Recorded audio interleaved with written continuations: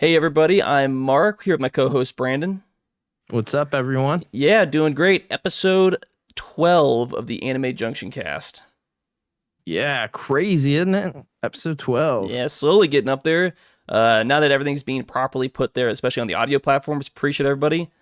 Starting to see it, take off a little bit. We're close to 300 total downloads for the podcast, so Yeah, good signs there. that's cool. Yeah, good Yeah, numbers. Numbers in the Game Junction podcast there early on, so that's good. yeah. I guess just a little heads up, whether you're listening to it on audio or over on the Junction Network on the YouTube. We were talking, we're going to have some changes as far as trying to split up some of our clips as a little bit shorter, more digestible videos on the YouTube side. Obviously, kind of helps promote it as well as start getting some shorts up, as well as some other videos that we want to get posted out here on the Junction Network. That's more just tied into the anime stuff. As well as we have some changes, not only changes, but starting in 2025, where the goal is to start talking about some more long running shows and stuff like that. Because Don Machi, we're trying to get caught up. It's season 5's airing right now, so we want to talk about that. We want to talk about some Gundam and some other like Yu Yu Hakusho, some other long running shows that are going to take a little bit longer to watch. Yeah, Obviously, the fall is about to wrap up here in a few weeks. The winter season is about to start. Can't say we're going to watch everything, but obviously we want to start catching a few things. Probably at least 2-3 shows that we're going to find that we really like, latch on, talk all the way through, watch a handful here or there. Also, I didn't tell Brandon this. I meant to, but we didn't have time before we started recording this. Before winter starts, I've got to verify exactly when that starts, sometime in January. But probably around the Christmas, New Year's, when we're recording some Christmas episodes and stuff like that. Once we have like a full list of everything that's airing, sorry, stubborn to my words a little bit. Once we get to like a lot of the trailers, I couldn't think of the word trailer. We're gonna sit down. The audio might be a little bit harder for, but obviously we're gonna talk, not straight watch a trailer. But obviously, if you're able to watch the actual video on the YouTube, we'll be watching trailers, kind of reacting to them, seeing like what we actually really want to sit down and talk to for sure.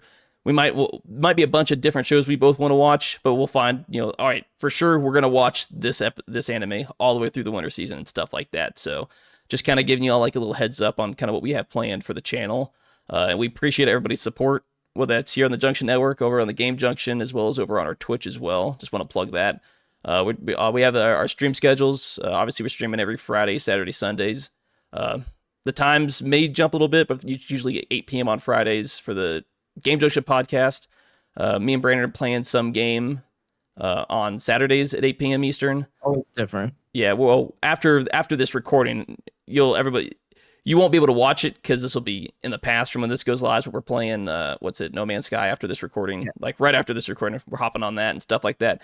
And then usually around noon Eastern, I'm playing a game myself, and then whatever the week looks like Monday through Friday over on the Junction Network, not the Junction Network.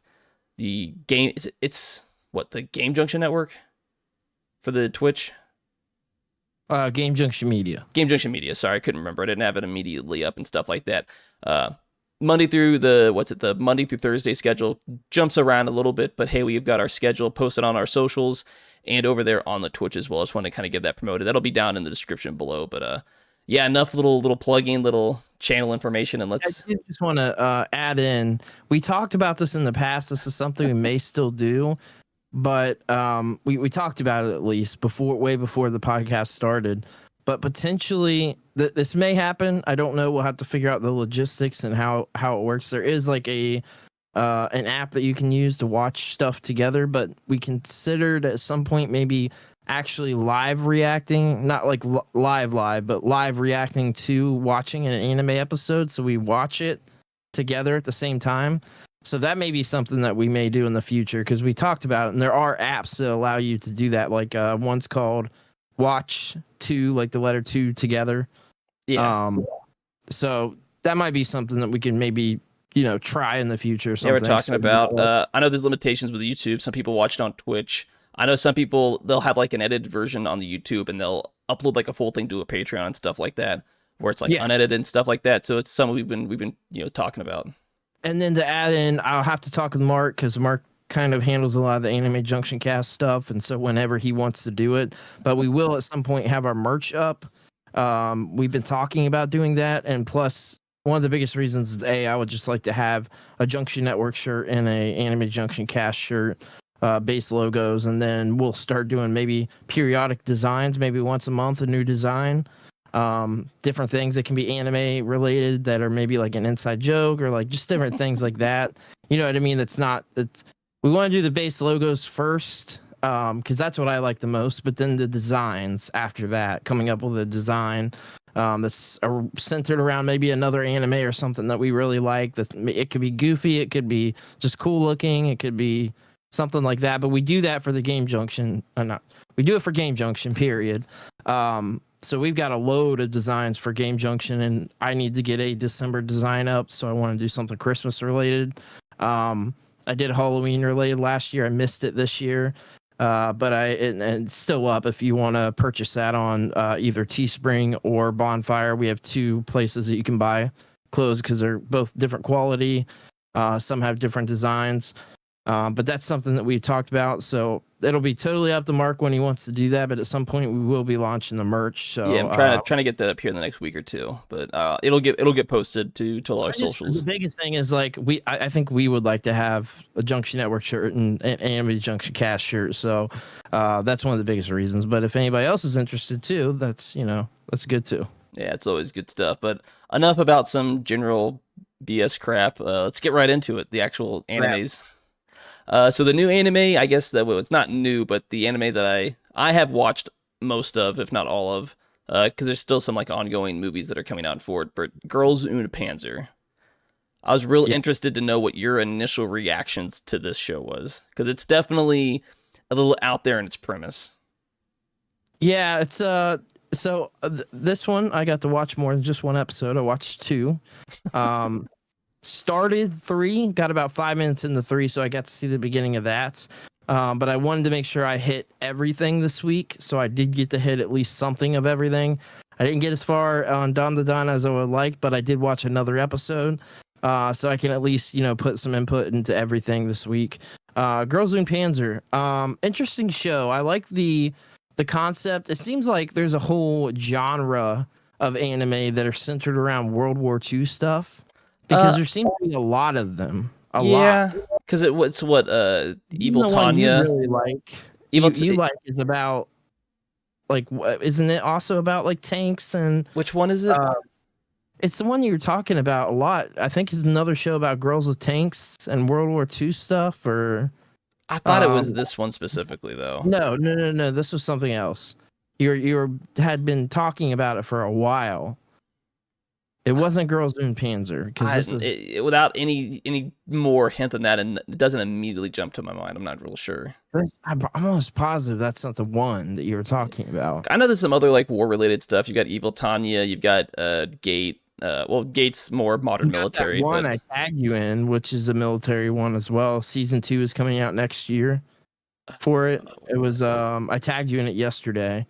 You tagged me in a lot of stuff. Up your alley. Hey, you tagged me in a lot of stuff too. Yeah, I know, but it's. I remember everything you tagged me in though. I was gonna try to pull it up real quick. Yeah, if you can. But that one looks interesting too. She wore like a World War something outfit on the cover of it, so it was obviously military related in some aspect. But yeah, though, I mean, like this seems to be a whole genre, and my kind of thoughts was. Very slow pace for the first episode. Very slow. Not much happens. I know they're trying to do the build up of the characters and stuff. And that's generally how a lot of anime go.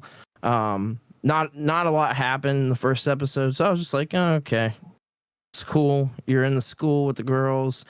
By the end of it, you learn that the one girl is getting signed up to be in tankery. And then episode 2 was good as well. By the end of episode 2, they found a tank. They were assigned their tank roles. So this was like about to get into probably practice with the tanks. Which I believe episode 3 is because the first episode 3 and it hadn't started yet. Yeah, so like episode 1 starts off with like a snapshot to episode 4, the first actual like school on stool tank battle with the English school. And then, the rest of episode 1 and 2 is just essentially setting up the overall plot, finding the tanks that they're they're going to use, and they find more tanks kind of later on. Episode 3 kind of gets into their first little scuffle because Miho, she's the main character that we follow. She transferred from another school that is much more that her family is really prevalent in when it comes to tank. They call it tankery in at least in the anime, but in the movies and subsequent the DOS finale movies, they actually call it Senshido because there's no real direct translation for Senshido. That's what the sport's called in the Japanese one. But she comes from, her sister and her mom come from the German school. Okay. Yeah, sorry, I had a brain fart. I had to pull up real quick. Kuramori Mine is like the school based off of like the Germans in World War II. Ori, they use like half their tanks are Germans. They've got like some American and I think eventually they get a French tank. But the main schools that we see, at least in the first 12 episodes, it's St. Gloriana's, which what we first saw in the first episode, and you will see in the full battle in the 4th episode. That's the English school. You've got Saunders, which is the American school. Obviously, Kuramori Mine is the German school, and I believe Anzio is technically mentioned in this show, but there's an actual proper OVA because it kind of like ran out of time to do that battle. That's the much to watch for this. Yeah, it's the Italian There's school. a movie, there's OVA. Yeah, and then you have the Pravda school, which is the Russian school. There's a lot more schools that show up later because it's the first 12, which it kind of pretty sure it was they thought it was just gonna be like a one-off. Not a lot of money. I wholesale don't believe they thought this show was gonna blow up the way it actually did. It got really popular because when you get to the movie, which takes place after the show, it's a full 2-hour movie, and maybe 20 to 25 minutes of it is actual plot. The rest is just the actual tank battles. How much have you watched? I've watched the whole series, the movie, and the first 3 of the DOS finale. Last year, we got the 4th episode of the DOS finale. I believe it was in the fall of last year. And at the time when I was fully watching through everything, it hadn't had a proper dub or any kind of proper release in the US because it was still in Japanese theaters. I believe it at least has a proper subtitle, but I'm not 100% sure on that. But essentially, there's 4 of what they said they're planned. It's 6 for the DOS finale that's out right now, and that's crazy because the show started airing back in 2012 when the show first aired. Yeah, it got really popular because the more you watch the show, especially if you watch really detailed, obviously these are all based after World War II schools. Outside of Ori, our main, which is like a bunch of different schools. Each school is based off an actual country in World War II, and they use World War II era tanks that were either used in the war or at the very least designed during the war. Because it's not too much of a spoiler, but Kuramori Mine uses the Mouse tank, which never really actually saw any combat. From the combat. Yeah, I'm pretty sure it didn't see any combat in the world. It's a super heavy, wholesale, too slow, too impractical of a tank. That's funny. Yeah, but once you get to the movie, we get both I believe it's the Finnish school, which is Jakusoda High School, and then Chihitan in the movie, which is based off of the Japanese in World War II. And obviously very, very different tanks. And they also, a lot of these schools, both in the movies and in the TV show, they take a lot of their inspiration for how countries would act. I think there's there's a word for it I'm just blanking on. You know what I'm thinking of, right? Where you you know the word. No. I feel like such an idiot. No, but I feel like an idiot too because I should know as well. Yeah. Dang it, Mark. Yeah, I'm bad. But they take inspiration, like with Pravda, they fight how the Russians do in different Russian tactics and stuff like that. Yeah, I got to tell you something. Yeah. I am a Russian spy. No Russian. There's an actual reference. Because it's Katusha as the head girl for Pravda in the movie early on. 2 of her teammates are speaking in actual Russian, both in the English and in the Japanese dub. And at least in the English dub, he's like, Clara and something else. It's like no speaking Russian on the battlefield, and it's the joke. No Russian. The meme from Call of Duty. Yeah. You said that, and I thought it was really funny. That's pretty funny. But there's a lot of schools, and they fight like you see it in the movie, the Japanese school. They fight like the whole bonsai charge style. They kind of make fun of themselves and stuff like that. The Americans just kind of send everything at once. The Germans, they reference it in the show later in I think it's like the last 2 episodes when they're fighting the Let me German ask school. you a They just question. like what they came through the forest, fight. They're essentially Um, fighting the way they did and stuff like that. A One lot of of the things references. that I find weird about the show, I guess maybe I just don't get it. Um, I don't understand the all girls only concept. Like, what is there? Is there a reason behind that? Like, why is it girls only? It's just Because they talk about guys in the series. I remember one of them. We're talking about a joke about a blowjob in episode 2. I don't know if it Like, was a blowjob joke straight up, but I'm pretty sure it was. You don't even know what to do with the guy. And then something about the mouth. well, I mean, So to be maybe they could fair, have been talking about kissing, but that's not the way I took it. I mean, these are And like we high said school it girls, so they're puberty. well, They that's don't. They the don't other thing. Like, why do the girls always have to be in high school? That's just an anime Like, what? trope. Like a lot of I kids mean, a lot of I shows guess have that I trope. just don't get it because here's one thing I was thinking about the other day. This is totally off topic, but Japanese girls are typically very traditional, right? I They're mean, that's that nothing country as a like, whole. yeah, no, well, like Japanese women are extra traditional.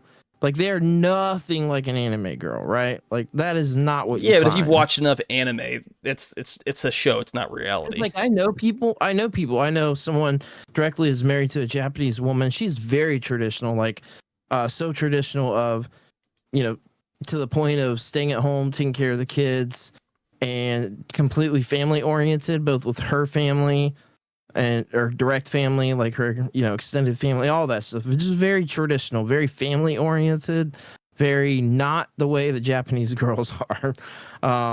Or Japanese anime girls, sorry. I always found that kind of funny. It seems kind of weird. It's like, do Japanese girls even watch anime? Oh, 100% they do. It's just Maybe like, not shows like it's this, such but a exact opposite of how these. well, the to be country fair, really they're is, but I, yet they're so perverted. I remember what I was trying. I don't know. I couldn't think of it. A lot of these characters, they act like the stereotypes of the countries they're representing. So the Yeah, American but most school of them is are still loud and representing boisterous. Japan. Well, technically, all these girls are Japanese, even though their names don't make sense. They're all technically Japanese. All these schools are in Japan, but it's a show. There's a series of disbelief because early on they're like, "How is this safe?" They're like, "Oh no, the tanks have carbon in them. You're fine. Almost nobody ever dies in the show." They're like, the show recognizes the absurdity and just like, yeah, we know. We're just gonna hand wave it away because it plays into that, which I kind of like. But no, overall, like with the 2 episodes I watched and the minimal of episode 3, before I had to stop. I mean, I thought it was pretty good. Like it was interesting. Like you said, the first episode was pretty bland because it had to build up like sort of what was happening. yeah, it's and introducing you to the characters and just kind of setting everything up. Nothing happened there other than that, the introduction of the characters, which is to be expected. It's episode 1. By episode 2, you knew the characters a little bit more already. You obviously get the tankery stuff that happens. You meet the other girls in the school that are on the student council or whatever. Which another thing I found very weird is that the student council president has a office, but there's no adults. I mean, they're there. It's just a student council office. But it's like the student council is in control. Like what? Like they hold this giant meeting in the auditorium. They make everybody meet there, and they're telling them what they're going to do. Yeah, they're like, hey, this is tankery. If you do this, it'll make you a better worker, a better mother, a better parent, something else. Boys will fall at your feet because you fight in tanks. I mean, I don't know if this was real. Probably would be like that. I mean, yeah, true. I mean, it's just an absurdity. It's just cute. The idea concept. Very over the top. Very cute girls doing cute things is kind of what course. the show feeds into. Yeah, I guess. Yeah, because like they take a bunch of stuff. There's girls from the volleyball club. They're in their own tank. You've got the student council. You've got the freshmen. You've got the history club. And the history club is really notorious about making a lot of references in this show. Historical references based on like the situation they're in and how that might relate to it, or different names from different characters of the history or in World War II specifically. Because early on, I think it's in the first episode when Miho meets both Sayori and Hana, and like, hey, let's go eat lunch, and they're kind of talking to her because I don't know who tells you like, oh hey, this is my birth date. I think that's another anime thing. Same with blood type. But if you didn't catch the reference, a lot of people did. If you've never watched like Potential History, he does like a wholesale breakdown on the whole seasons, whole season, cool. The first movie, like every single every single major reference that you can find from the tanks to stuff. Because I didn't know this until I watched his YouTube video on it. And these came out a few years ago, like 5-6 years ago, maybe at this point. Because Sayori, her birthday's June 22nd. That's a reference for the start of Operation Barbarossa in World War II. Yeah. And then Hana, she says her birthday's December 16th. That's the day that the Battle of the Bulge kicked off. Are you so there's like a lot of really subtle references in the show sometimes. Or more explicit. Do you collect World War II or what's the word I'm thinking of? Paraphernalia? I don't know if that's the right word. Not really. Like I love war. I love just general history, especially war history. So like one of those other people that show definitely like I love tanks, love history. Like it's a best of both worlds. Yeah. You know, otherwise I wouldn't really care because the show definitely follows the template of a lot of sports anime. 100% how it's structured. Because the bulk of the show from like episode, I think from episode, Tankery's a game. Yeah, like basketball, volleyball. It uses a lot of those tropes, but throws a lot of stuff in. You know they do this in real life, right? Like this is a real life thing that they do. Yeah, but you can take tankery classes and play it as sport. Yeah, man, totally. No, I'm serious. What, like World of War tanks or something like that? A lot of schools have tank teams. I don't know if I'd believe you. You're just yanking my chain. You probably shouldn't. I'm like, you can learn the tanks, but that's an actual that's like a military thing. It's not as safe. I heard a story the other day about there's this girl I know that she had a crazy grandma. Her husband had a lot of money, so they would buy like the craziest, most absurd stuff, and they literally bought a tank, and they bought it before you had to have a license to own such a thing, right? Like, because now you have to have like a specialized license to own something like that. But at this point in time, she did not. She lived in Kentucky. They bought a tank and they would ride it up and down the street. She was like 8 years old or something. Her grandma had a freaking tank, and her husband was like a World War I and World War II enthusiast, so he collected even toy army men and stuff like that. Like he was in the military collecting all that stuff. He would have like little sets, dioramas of army men set up and stuff like that. But they bought a freaking tank, man. They owned a tank for like 10 years, and you have to have a license for it at the time. Bought it at auction, didn't need a license. I mean, you don't have like shells or anything, so you can't really do anything with it. It's just you just have a tank. Oh man, you can make that usable for sure. Yeah, how are you gonna get ammunition for it? Like that's the problem. Like you driving, it's fine, but actually being able to shoot it. You can get the tank, you can get ammunition. Are you kidding me? The shells aren't. Even back then, those shells wouldn't have. Even if you could, there was no problem. That's a lot of money on top of the tank itself. They have a lot of money. They bought a tank for 10 G's. I mean, $10,000. You can get a car for $10,000. To be fair, though, that's not the worst. But yeah, okay. Here's an $800, 50-pound artillery shell, essentially. Yeah, but you could definitely get it. I'm sure you could buy it at auction. He would go to these military auctions to buy off old stuff. He even had Nazi paraphernalia. Yeah, a lot of people had that, especially way back then. For all the countries that were involved in World War. Yeah, I mean, I've heard of it. I mean, I guess when I was younger, Singapore even, and it's harder now. Military of all the countries, all countries military. He wasn't just in the American military. He it's just military as a whole stuff. Yeah, he was just into it. So because maybe for the most part, maybe when I was younger, when a lot of remember the stores, the military outlets, I think they called it, the military. Oh, it's a surplus store. Yeah, military surplus. So you'd buy a lot of stuff there, and you could get real used stuff there too. Yeah. So he would buy a lot of stuff. Well, those still been to a few of those. Those are still prevalent. Obviously, if you want something more modern or close to modern, you have to go, probably near a base where people sell that stuff. Sure.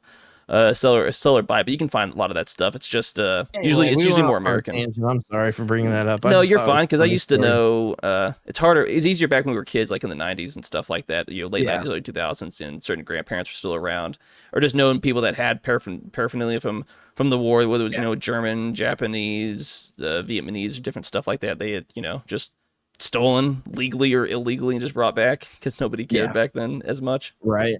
Yeah. But I mean, yeah, a lot of people talk with this because And everybody references potential history on this, and I don't know if you've seen it, but Yukari, like nicknamed like Floof, she is everybody that watches this show. Everyone agrees she's your spirit animal. My spirit animal? Everyone's spirit animal because she's kind of I don't think she's Yukari? officially like autistic, but the way she loves tanks kind of comes off like that a little bit. The way she's written, Are you talking because she's about like like super the kind of into main tanks. girl? She's The part one that of. was crying a bunch in the beginning. No, She was like very emotional and like emo for. I like, think in the first episode you only see her Mhm. because she's with Miho after they're doing the guy and they're getting back in the tank. Oh, Because I'm not sure outside what of that, you're talking about, she's not really introduced properly until the second episode. Because she's got the okay. floofy short brown hair I on her don't head. remember. She's like I don't super. remember She's just super into really. tanks. If the more you would have watched, the more you Is like she the one recognize with her. the upside down glasses? No, she doesn't wear glasses. The one chick who just has like the monocle, she's like missing half her glasses. She's part of the student council.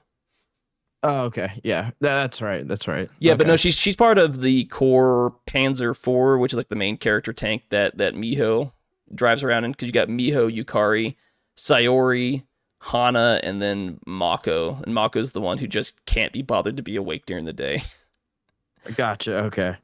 and stuff like All that. right. Yeah, there's I'm a bad lot with of names, characters, but like remembering names. if you really wanted to break it down to your main characters, it's all the characters in the Panzer 4, and then every other character is kind of like your side character, I guess.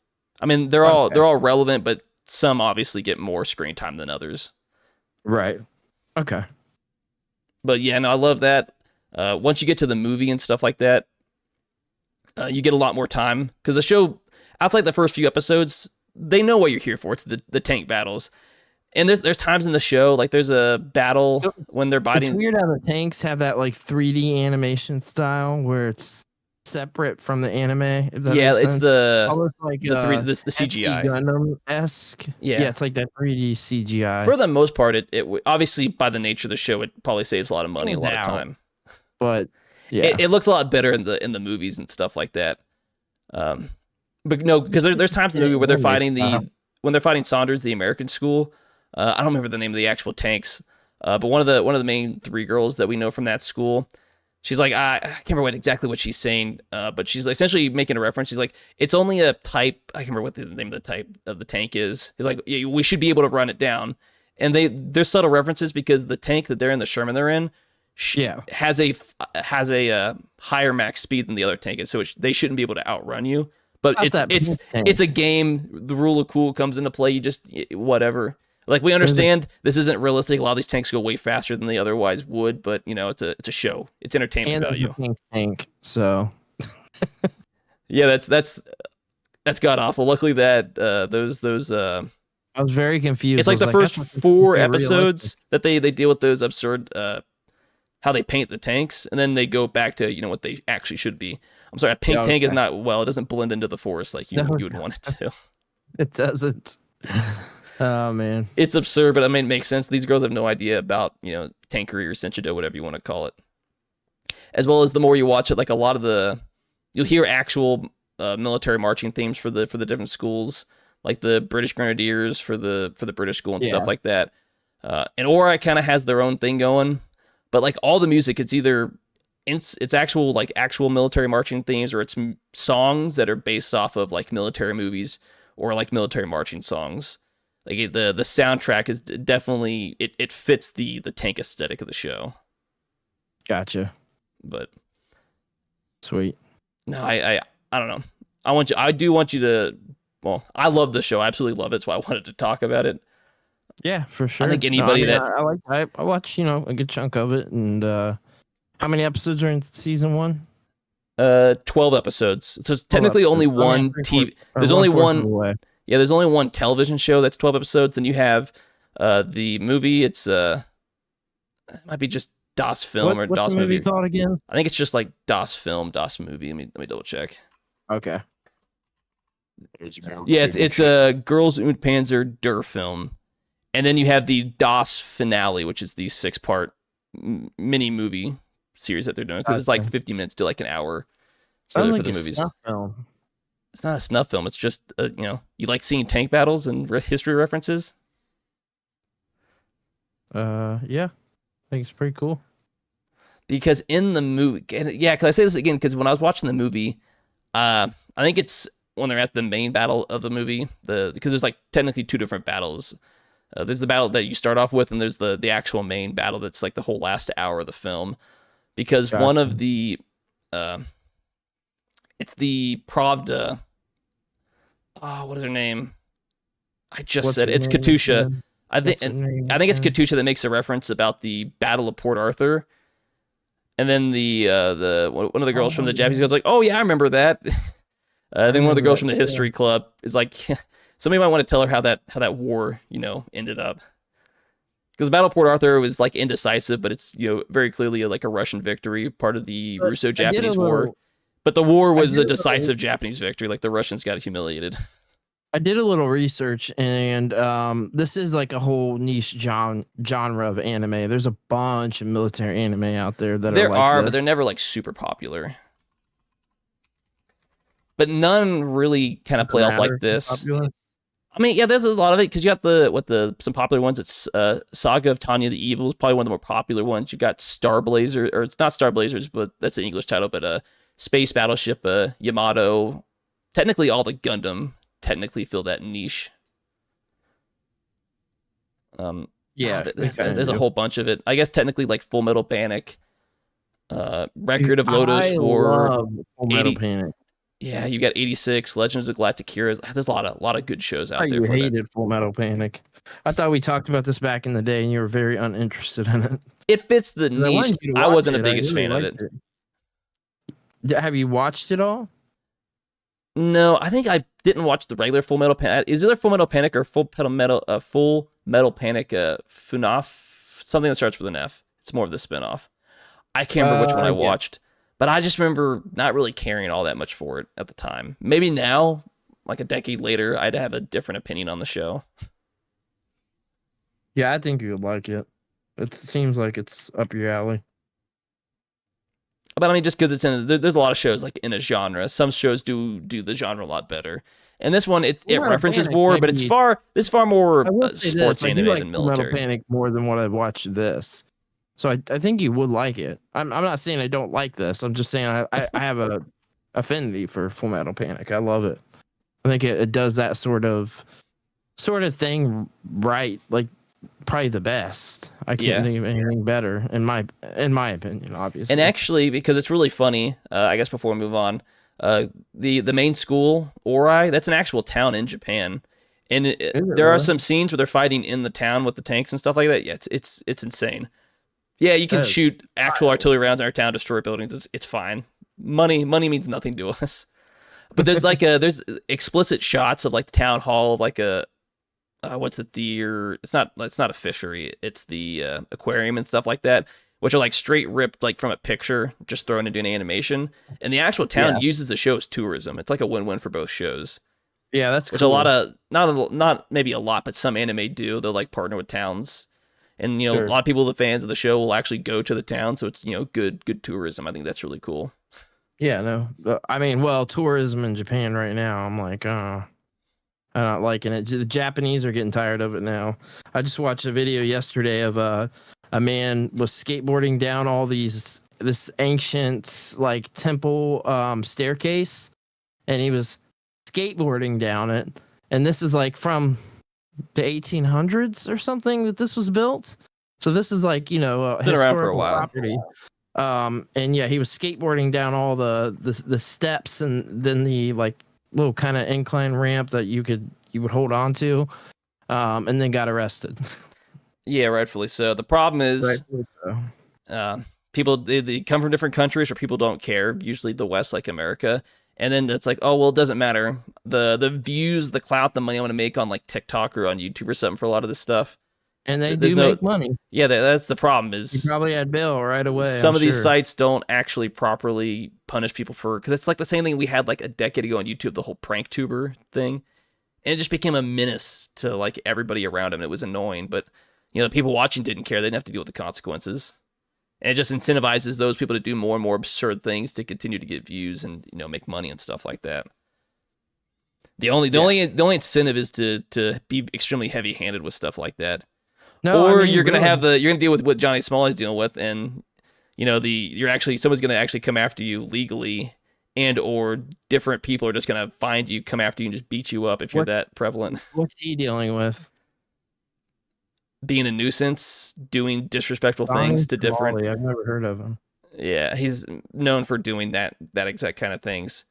Because after he did something disrespectful to one of the, like a memorial to the Korean brothel girls, or like the call girls that the Japanese used in the war and stuff like that. He was doing something disrespectful, and some ex-military guy from the South Korean military found him and beat the crap out of him, and that was recorded and stuff like that. Yeah. But I mean, the only way you're gonna stop stuff like this is you just have to be heavy-handed. You have to disincentivize people to even want to do it to begin with. No, I agree with you 100%. But no, I'm looking forward to more of the DOS finale coming out, and hopefully when you're able to like fully, completely catch up on this, I can't wait to see what you think about it. On the what finale? The DOS finale that's ongoing. It's gonna take another few years before it's done. But Okay. once you like fully get completely through this, 100%, like I'd be interested to kind of see what you feel about it, because I absolutely love this show. Yeah. Maybe you won't care as much. And then just because I told you I like the show, man. yeah, and just because I can say I mentioned it, yes, I have read the how do you say it? The cursed manga, or the cursed doujin on this show. Wouldn't recommend it to anybody else. As much as I'll say, why? What's wrong with it? It takes the characters and actually puts them like, hey, you're in an actual war. Most of the main cast don't make it to the end of the manga or the doujin, whatever you want to classify it. It's I'm pretty sure it's more of a doujin. I can't remember if it's official or not. Doujin? This one, it's a doujin. It's like an unofficial manga, or like a fan-made manga or something like that. So it's not official. Or a lot of doujin tend to be hentai and stuff like that. But no, okay. it's brutal. I wouldn't recommend it. It's cursed for a reason. Okay, I'll probably avoid that one then. If it has any hentai. Trust me, it has a very depressing ending to it. Yeah. Like most of the characters from the show don't make it to the end, if like any of them at all. It's sad. Young girls not making it. 100%. Oh yeah, Brandon's making. What do we got next? You put a bunch of 8 equals D in our comments and stuff like that. I was just trying to help out. Oh my god, what did you put there? What? I'm trying to figure out what you wrote. You're like, yeah, it's this one I got to watch more or something. It's like a run-on paragraph. Oh no, where did I put that? It's probably my phone had it on that text Text to speech. Text. Oh yeah. Oh my god, that's happened before. I'm sorry. Where did that happen at? Like the middle of the notes. It's. I was sitting there like, what is going on? No, I just thought it was funny. But no, I guess before we get into some little minor news stuff, we watched the new episode of Daima. What's this, episode 8, Tamagami? Yes. What were your thoughts on it? Because I watched it and I thought it was one of the best episodes so far. Yeah, I loved it. The Tamagami fight was cool. I thought it was really funny that by the end of it, obviously spoiler alerts, everybody, spoiler alerts. We are spoiling anything we talk. We'll just put it this way: anything we talk about on this podcast is, spoilers essentially. It's hard. We were talking about this. It's a little hard to get in-depth conversation and in-depth thoughts about this stuff without being spoilery. So just expect that, kind of moving forward. We will still say spoiler alert to let you guys know, but for new listeners and stuff like that. But yeah, spoiler alert. The Tamagami fight was really cool, and I found it funny that at the end he still had to play a game and guess which one the Dragon Ball was in. Yeah. With the cups. I thought that was funny. But the actual Tamagami fight was really cool. He went Super Saiyan. I'm curious to find if this is called a new Super Saiyan form because he is a kid. Wouldn't it just be regular Super Saiyan though? You would think it is, but I just wonder if they do end up like calling it something else, because we don't have they haven't mentioned that it's anything else. I wonder if Koei or something comes out and says this is Super Saiyan J1 or K1 or just something like that. I don't know. It reminds me more know. of just the regular, because it's not like you had like Gohan and Goten and stuff he like looks that. like more badass, so I will say that. I mean, it's like, he looks Goku. more badass. He might not be his regular full power self, but he's still extremely powerful. He looks really good. Like the Super Saiyan form as a kid, like looks really good. Oh no, the animation looks like on point. No, it really does. Animation is some of the best animation I've seen in a while from modern day anime. Like it really looks good. Like they do it right. Just like the fact that he's actually using the power pole again as a Super Saiyan, because last time what we used him to actively use the power pole was essentially all the way back in Dragon Ball.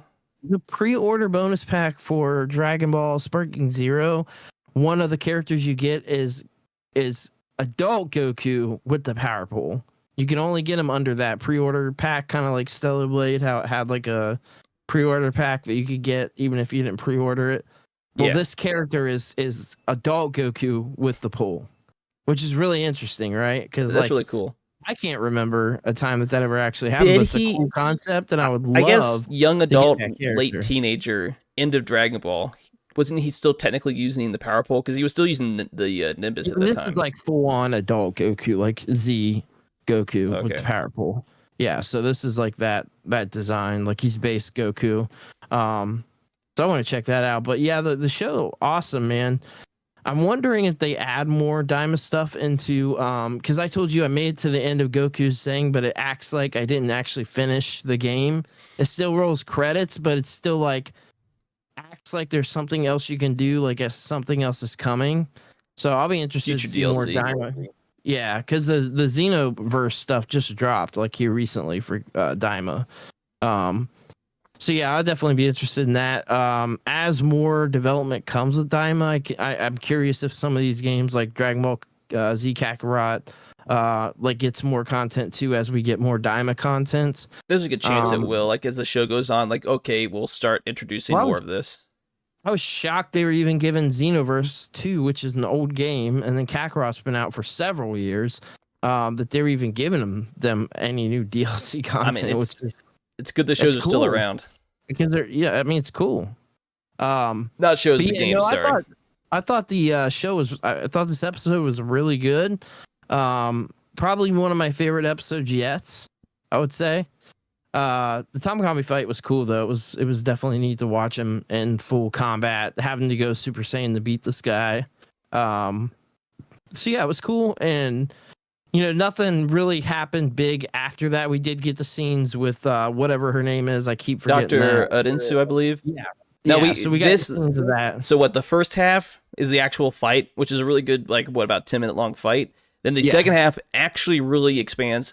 I don't remember exactly in the Z. I saw some people talking as far as the Babidi and Boo background from the actual Z. So some things could have been changed, but this kind of goes more in depth or verifies maybe some small retcons, who actually knows, of the actual backgrounds with Babidi and Boo. Because there was a scene, they went back to the fight where Boo was exploded into a bunch of pieces, became small Boos, and they came back together. Well, they zoomed in. Apparently, Dr. Arinsu was there, and she took one of those little essences, and she's been apparently using this on experiments to, create another Boo, essentially. Because she says, hey, like you're that old lady, because she has like the Majin M on whatever she's wearing. Bro, she's the actual one making back a Boo like Boo was in that, as badass as he was in that. Dude, that would be really cool. I bet that's what's gonna happen. Because they go into it because she's trying to do something. Back a more powerful Boo. That's because Babidi was just kind of taking control, but he never actually had control. Right. But this kind of shows she has her own thing, and she's using I don't know if his name pulled up. The other guy in the party that Goku can't pronounce his ever name. Oh, I forget every time too. Back on it, we have to look it up every time. What is I watched this Friday. I watched this Friday morning, so it's not like it was Degas. Is it? No, it's not Degas. No. Sorry, I forget every single time. I'm great with faces. I'm terrible with names. Yeah, that's how I am. Glorio. Sorry, it was Glorio. Names. What is it? It's Glorio. Glorio, yeah. Yeah. So. It's still a fairly new character and stuff like that. He takes a phone call as well. Yeah.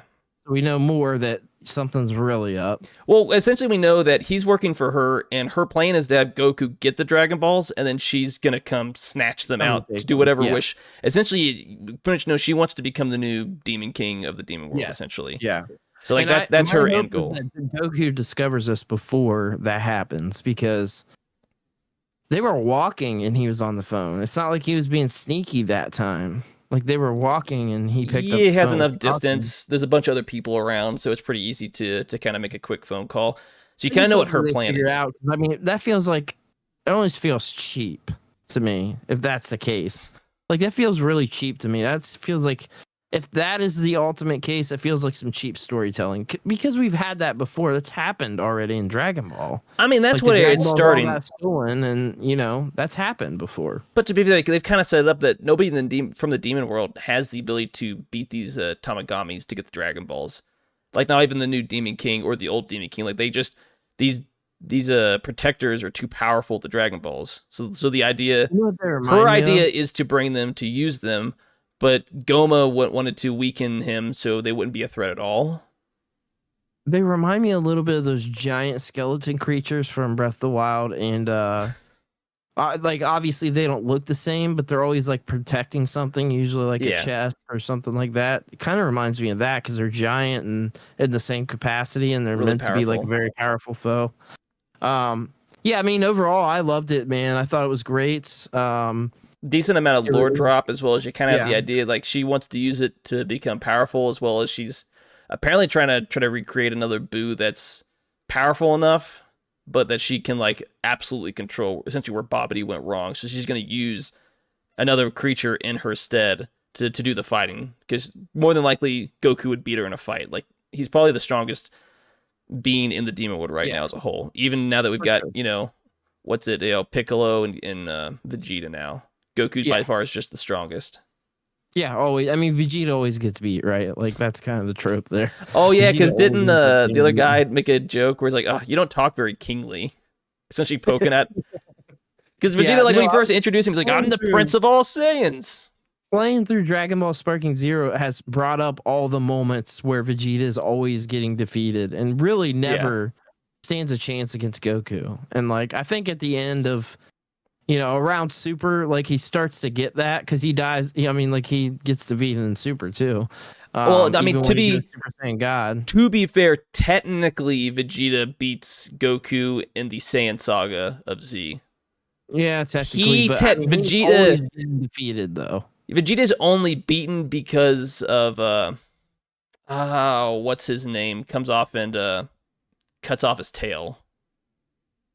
Oh yeah. I can't. Wasn't it a Gohan that did that?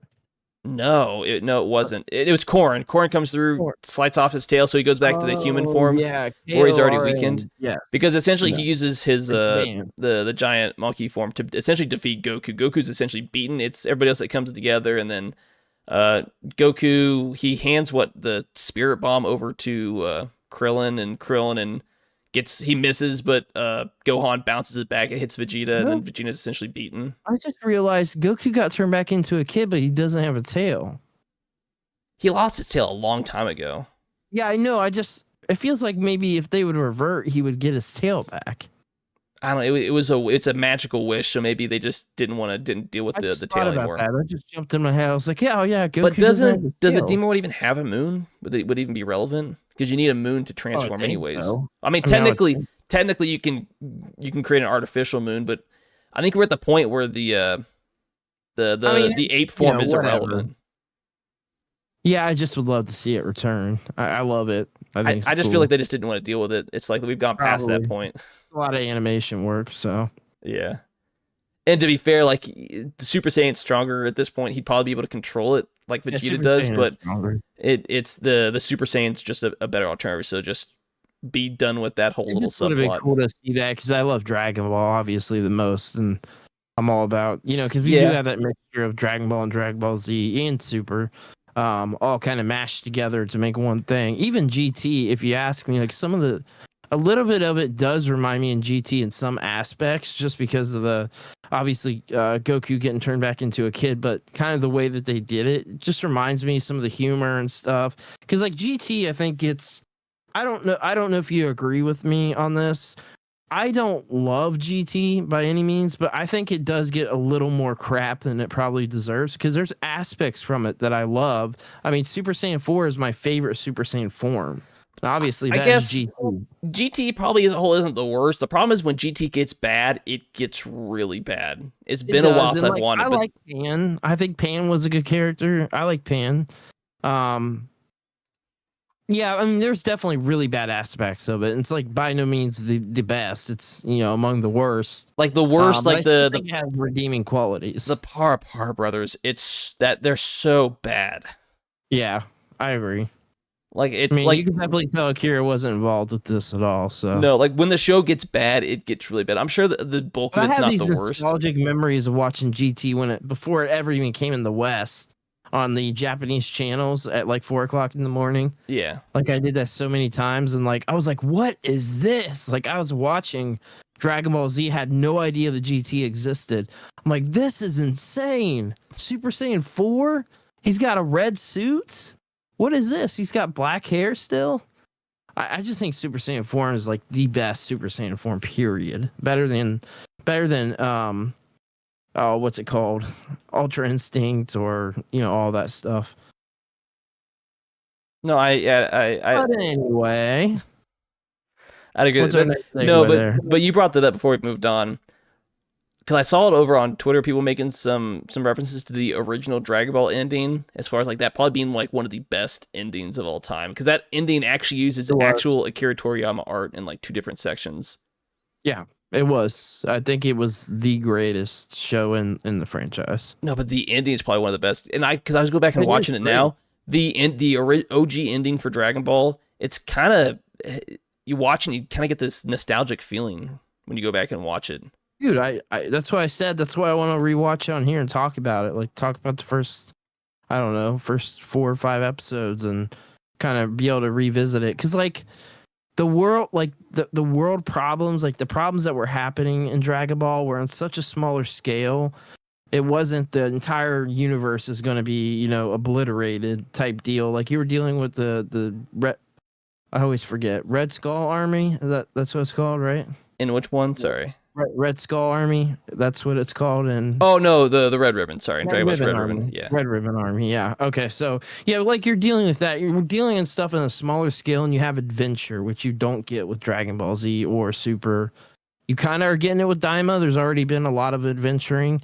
So you're definitely getting it more there. And I think directly their intention was, hey, let's mash up Dragon Ball, Super, and Z all into one show and make the show. And I feel like that was their premise because I feel it. I see it. I see aspects of all the shows. I see aspects of what they did and took with Super and kind of enhanced on Z. I see that in Daima. I obviously see Z in there with a lot of the aspects, but obviously most of all I see Dragon Ball. So, and having that power pool back means a lot to me because I love when Goku had that power pool. It's just so iconic I know I have at the this name. point. I always forget the name, but I just call it the power. It's just pool. easier to call it the power pool. All right, what do we got next here? Running on. We're about.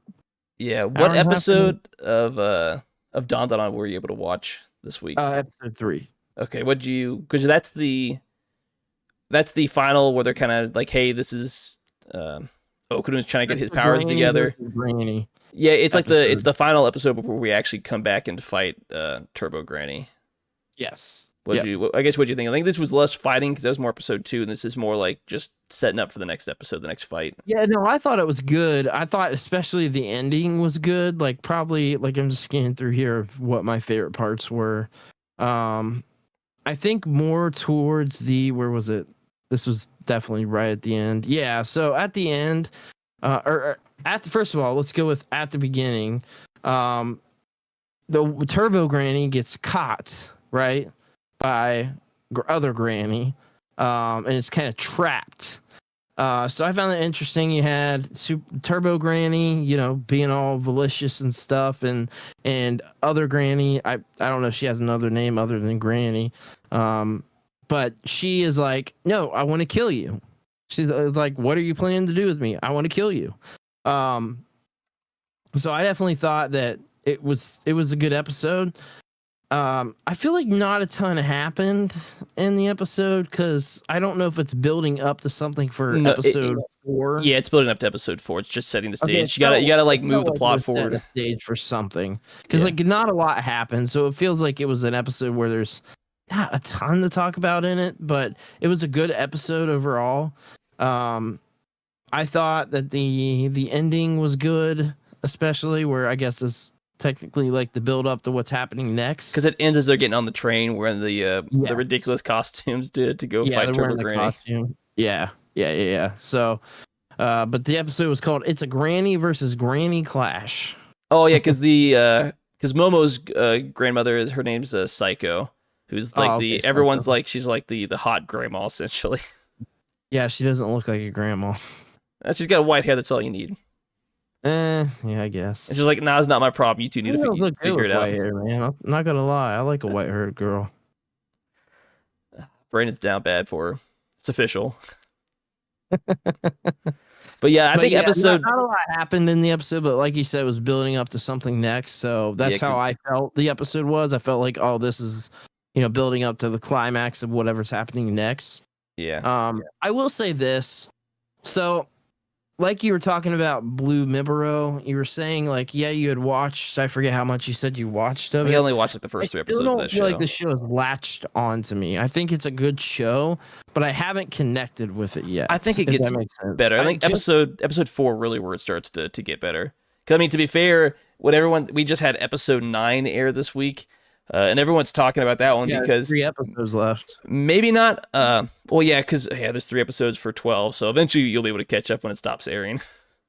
But everyone's talking about catch up before then, so we can talk about the final episode in the whole series as a whole. Yeah, as we have enough time ends. With doing an hour and a half podcast, it makes it a little hard. You have 3 weeks to catch up. Then we said, we're going to make this an hour podcast, and we've usually been over the past couple. we started going under, now we're going over. We kind of like figure out our footing, be able to talk a little bit more about it. When we first started, had no idea what we were doing, but no, episode 9 was insane. Not because you're fighting actual Nessie with the actual fight, and it's underwater. Oh, Nessie's in it. Yeah, in episode 9, Nessie's cool. the main villain. Week. Yeah, the monster is introduced in episode 8. Episode 9 is where we're actually fighting it. And then the ending of episode 9, I'll just kind of mention it because everyone kind of knows what's going on. Because they essentially, based off how the episode goes, they essentially lose their clothing. Oakland's naked for the whole episode. He lost all his clothes, and the other two girls, clothing weighs you down underwater. So Mom was like, "Hey, we just have to strip down to our underwear." And then once they beat the monster, they're essentially they're in the school, essentially naked or in their underwear, with everybody still in school. And then they freak out and just start running. The episode ends. It's quite humorous, and it had a lot of people talking on the internet about it. Just wanted to just shout it out. But no, tell you what, there's a lot of new anime coming because I don't even tag you in 90% of the ones that I see are coming. I only tag you in the ones that I think that might be interesting for the podcast or for you. There's a lot of, if you actually look at like what's going to air in winter, it's just more stuff coming. It's too much for like one person to not even watch. Just winter either. I'm talking about there's stuff we're talking about spring and summer that have like been announced for next year. Yeah, but I mean, if you look at like say what's airing winter, you've got both the new airing shows, which also might be sequel series, and you've got your ongoing stuff that has been airing continuously. There's just a lot to air. There's like probably 20 to 30 new shows every season. It's just a lot to keep track of, dude. Yeah. Sometimes you just need the internet to be like, oh hey, this show's a thing. Like I didn't. On the outside, this show didn't really stand out, but as you actually see certain clips, outside, it introduces to you. In, you mentioned I can see through you. This guy just keeps talking. Blue Miburo. It actually was the 1, 2, 3, 4. It was the 5th most watched show in Japan this past week with a 3.3 rating. Oh wow. I just thought it was iconic. I'm obviously a few episodes behind, and usually these are based off popular manga. So people didn't really connect with that one. So are you going to keep watching it? I didn't watch it this week. I want to, but I guess we'll just kind of wait and see. Daima was on the slip, it dropped down a little bit, but I was like, oh, this is probably one of the better episodes, and it didn't get as good rating. Yeah. I mean, Blue Meeper is even at a better time slot. It airs at 5:30 in Japan, where Daima's it's what 11:40 at So night. crazy, so crazy. Yeah, as well as because we talked about it last week. 100% Dragon Quest 3 HE2 day. It's like what, about just under 90,000 to hit a million sales in Japan. Yeah, It's getting close. it's getting very close for sure. Getting very close. Because not shocking, it's still like the best selling game. I can't remember how much we talked about this, but obviously we mentioned it before a few weeks ago. The news about the junior high school DD light Yes. novel. It was officially after we got not be reading that. after everything that got translated. It's official that that's also getting a manga for it as well. Is it really? Yeah. Now the next step is it will definitely get an anime for sure. DD did the original one, but it only got 4 seasons or 3. Oh, really? It only got 3 or 4 seasons. I can't remember what. Wow. So there's still a lot of the light novel that wasn't adapted. I guess we'll wait and see, but I mean, a manga for some people might be easier to read than an actual light novel. So right, that makes sense. regardless, neither of them have been brought over to the US yet with the English translation. So I mean, I'm gonna keep my eye out on that one. Yeah, for sure. Yeah. Also, because I don't know how much you've seen on Twitter. Apparently, the it's not. I gotta pull the right thing up. Is that My Hero Academia finally got apparently an epilogue volume for the manga, which really? had a lot of people in the talking because apparently a lot of shippers were upset because he pretty much said, yeah, Deku and Ochako are like officially a thing. Which, if you've ever read the manga or watched the anime, it's no real surprise they were bound to end up together. But this whole chapter was just about dealing with those two characters, more or less. Interesting. Okay. That and the fact in some of the volumes, apparently Ochako, she's got a thick butt. This is Nice- PG as I can nice say to that. know. Nice to know. She's definitely well endowed. So 100% Deku smacking them cheeks. Yeah, let's go Deku. That's funny. I also thought this was funny because I retweeted this. These anime titles are getting out of control, or manga titles. Like, how can you have a whole on title? Yeah, that so was the literally a whole paragraph is absolutely ridiculous. yeah, so the title is backstabbed in a backwater dungeon. My trusted companions tried to kill me, but thanks to the gift of an unlimited gacha, I got level 9,999 friends and am out for revenge on my former party members and the world. Like, what are we doing with some of these titles? Like, why? that's why? that's What like is the a reason? that's like a run-on sentence or like at least 2 sentences. Like, that's ridiculously long. That's way too long. It's dumb. Some people are like, Yeah. hey, what's this manga or this anime about? Yo, man, just read the title. It's a whole synopsis of what you would kind of expect. That tells the whole story right there. That's what I'm saying. But hey, that it's getting an anime. I can't remember exactly when it's airing. 100%. I'm gonna watch this anime when it comes out. Yeah, I'm pretty sure it's coming out. For sure, big dog. I'm pretty sure it's coming out sometime in 2025. I'm just not sure when. 5 o'clock somewhere. 100% needs a shorter title. Like, is it wrong to pick up girls in a dungeon has Don Machi, which is just easier and shorter to say. It's both speaking and in text. I don't, man. Try making a TV show, a book, or a comic book here, like in the U.S. with a title that long. It wouldn't go over well. Would it even get published at that point? I don't even think it would. A comic book? Absolutely not. Like, no, man, you need to shorten that up. Not a comic book. There's no way. I don't understand how it's popular to have such a long title. I don't get it. That's kind of annoying. I don't know. Maybe it's something to do with the Japanese, like in their manga. Well, you know what? They need to quit that nonsense because it's getting old, my friends. Oh, it's only getting started. That's the problem. Oh man, please don't say that. I know 2024 technically is not over. Got a whole month yet. Month left. I can't speak sometimes. What do you think was the best-selling manga of 2024? Don to Don. It's not even in the top 10. Okay. That's all I got to look at. Manga-wise, I have no idea if it's not that. By a long shot with like 7.5 One Piece? million sales, it's Jujutsu Kaisen One Piece came in second. I keep saying I want to watch that. I want us to check it out because it seems like it'd be up our alley. Yeah, need to put it on. I think it's We more should than add 12 that episodes. maybe for next week or at least. No, I coming think up. you need to probably should watch it in January because I think it's fairly longer running show so far. It's going to be like a Naruto, Dragon Ball. Like it's going to run long. It's got a massive fan base, and I wanted to pull it up real quick. Stories and stuff. That's what I saw. That it's going to be like a Naruto, One Piece, Bleach type deal, where it's a very long running show. Where they're so the original run is from October of 2020 to December 23. There's 47 episodes, so it's going to take that's a little while. It's 2 seasons, so it's going to take a hot second to watch.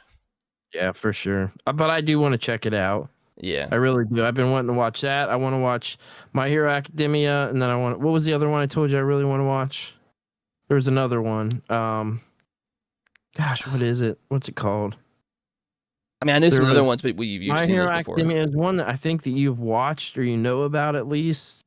Either watched or read the manga. For the most part, I'm mostly caught up with most of the show. My Hero Academia, Jujutsu Kaisen, and there's one other one that was big. It's a big anime with a massive fan base that I cannot remember the name of that I want us to watch. Without any kind of hint, do you have any idea what the show's about? I'm trying to think. Like, I can't remember. Just forget it. I can't remember. No, it's good. And then just 2 things that were kind of posted this week that I wanted to, because the anime's over, the episode's over an hour, and I know we've got some other stuff. A live stream to kind of get to, so I want to run through these 2 things real quick.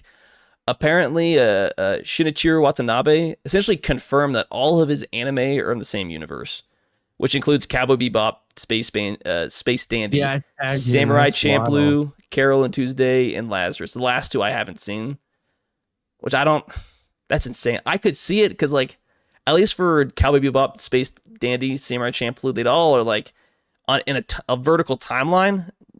Probably would happen nowhere near each other for the most part. Right. But but Space Dandy is just kind of, it's a wild show. I don't know how the concept of that show even fits into the Cowboy Bebop universe. I don't either. I was thinking the same thing. I'm like, how does that even fit? Where does this fit? Like that has to be different universe way in the future, I guess, because that's like a straight comedy.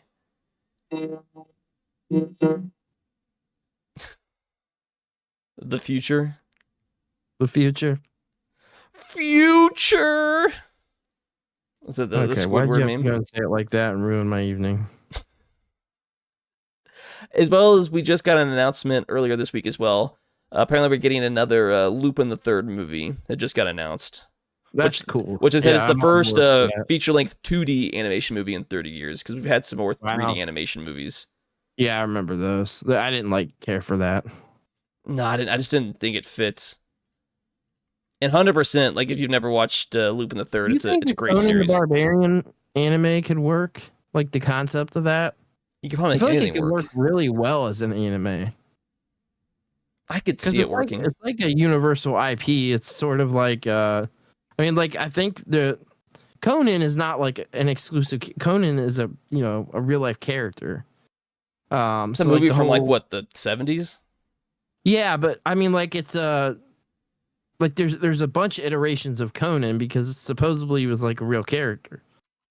From my understanding, historically. I don't know how relevant that is, but I mean, if you it could work as I feel like it could work as because you look at Fists of the North Star, if it could be in the vein of that. Yeah, or even Vinland Saga, which is a Viking anime. 100% it could work. It could work like that. I just feel like it was something that was on my mind earlier. I was like, that would be a really good anime to pitch.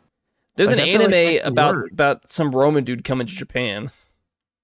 Really? Yeah. What's that called? Oh, what is it called? Some Roman dude coming. That's wild. Thermae Rome is the show. Gotcha. Essentially, the plot, it's an ancient Roman architect named Lucius. He's having trouble coming up with ideas. He's in a bathhouse, and all of a sudden he's in modern day Japan. And he kind of goes back and forth a few times, but being in modern day Japan bathhouse gives him ideas as far as what to build and do in ancient Rome, essentially. Oh, okay. All right, makes sense. It's probably not the long. It's only 6 volumes for the manga, and the television series only has 6 episodes from 2012, so it's probably not be the hardest. It even got a live action movie. Oh wow. Okay. But I mean, hey, it's not like they haven't done stuff like this before. 100% they could do it. They could do it. Yeah, for sure. I But- agree. Yeah. But after I told Brandon we're going to cut this short, and we went over an hour. Appreciate everybody stopping by the episode 12 of the Anime Junction Cast. I think I hit a lot of the main stuff right at the beginning as far as like what we want to do and stuff coming up. So definitely appreciate you looking forward to that. Appreciate everybody listening on whether on YouTube or any of the audio podcast platforms. We definitely appreciate it. And we will see you all next week. Peace. Peace out, everybody.